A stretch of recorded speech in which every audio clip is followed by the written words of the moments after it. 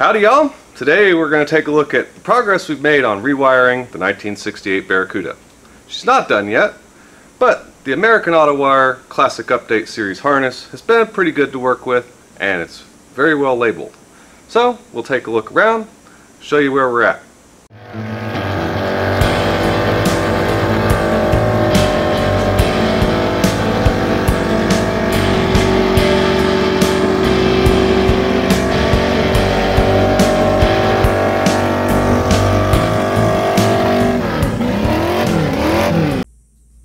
Okay, so as you can see, we have a dashboard installed.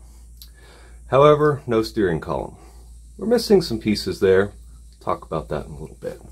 But everything is wired back behind these gauges. They use factory style connectors. You have to pin each plug individually. It is a long and arduous task. But everything plugs into factory switches. We got flashers, headlight switch. The kit does come with a new switch, which your original knob will fit into. It comes with the correct wiring for windshield wipers, and even there, we even got the factory lighter installed. Now, as you can see, steering column's out, but we are wired up there for our turn signal switch. Our outputs here, we have a little bit of a ground guy there, and these are power and ground for our tachometer and signal for tachometer, and that's going to actually mount on the steering column. Now I'm going to the back. Let's see, pull this down. It's not all tucked up out of the way quite yet. This is the connector for the rear section of the car.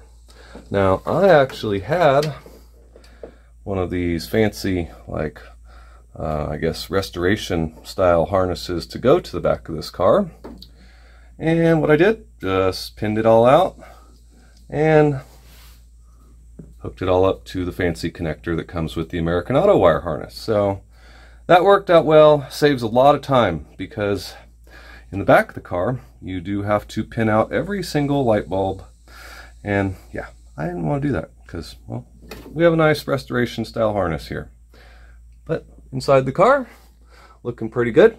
You'll notice a kind of blank hole there. We're not done there. That's going to be a little switch plate actually, and we'll talk about what those switches are going to do in just a moment.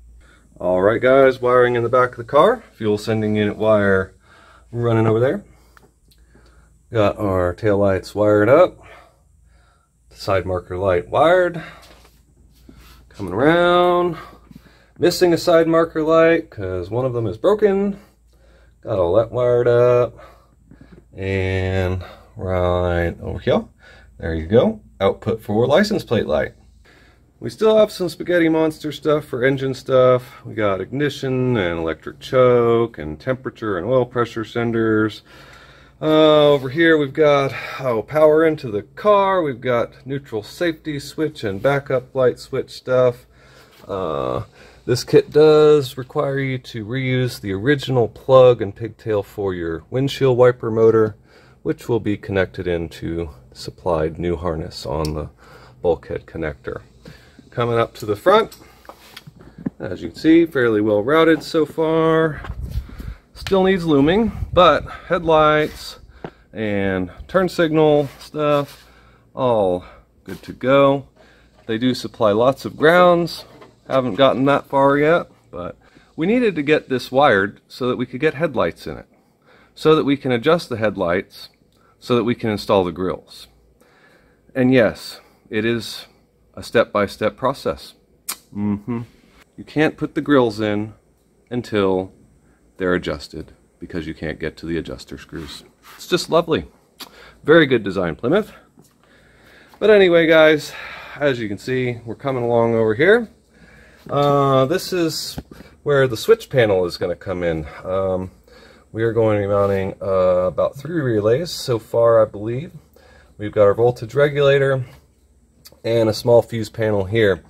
We're going to be taking the ignition feed wire that comes out of the Autowire kit, and we're going to be supplying this small fuse panel.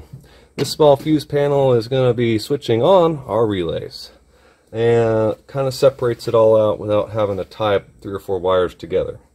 Now, our bars here, we're going to have a dedicated ground run over here, and we're going to have a dedicated battery power run over here. The battery power run will come around there and go to our mega fuse block, also supplied with the kit. And basically, you got an alternator coming in somewhere over here. We're going to have power going over there, and we're going to have power coming over here. So we'll have necessary hookups for our relays and our MSD ignition box, which needs direct battery power. So that's all kind of laid out, guys. I'm still making lists of random connectors and whatnot I need to finish the job, though. So she's moving along, and so far I like it a lot. And we'll see if all the smoke comes out fairly soon. Alrighty, guys, here's our switch panel going in place of where the radio would be on this car.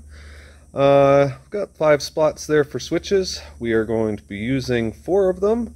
One relay is going to be triggering power for our electric fuel pump.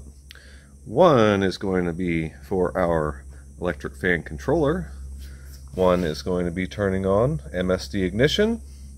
And the other one here on this peculiar 2-direction switch, well, let's just say that might be for an electric exhaust cutout. We'll see how well that works. And okay, the little rectangle spot here, that is for this little guy. Has 2 USB ports, and right in the middle of it is an LED voltage display. Because one thing the American Autowire kit does delete is the ever great and wonderful Chrysler amp gauge. Thank goodness. I don't have to do it for them. But I do want to know how much voltage is charging out of the alternator. And, you know, having all this stuff switched makes it real easy for testing purposes of, you know, you can turn the key on, have the car on, but you don't necessarily have to have your ignition or your fuel pump or your electric fan. That kind of stuff can all be turned off. Makes for easy testing on lights and horns and whatnot. Keeps stuff from burning up. Alright guys, that does it for today. It's a short one, just an update video. We've got more coming though. And hopefully I'll have this silly car wired by next week, because quite frankly, all these connectors and diagrams, and it's quite frankly exhausting. But we're making pretty good progress, and I think I've got a pretty good plan on how to actually make this stuff work pretty well. So stay tuned, guys. If you're not, make sure you subscribe. I'm real close to that 1,000 number. Hit that button if you're not. Share to all your friends. Thanks.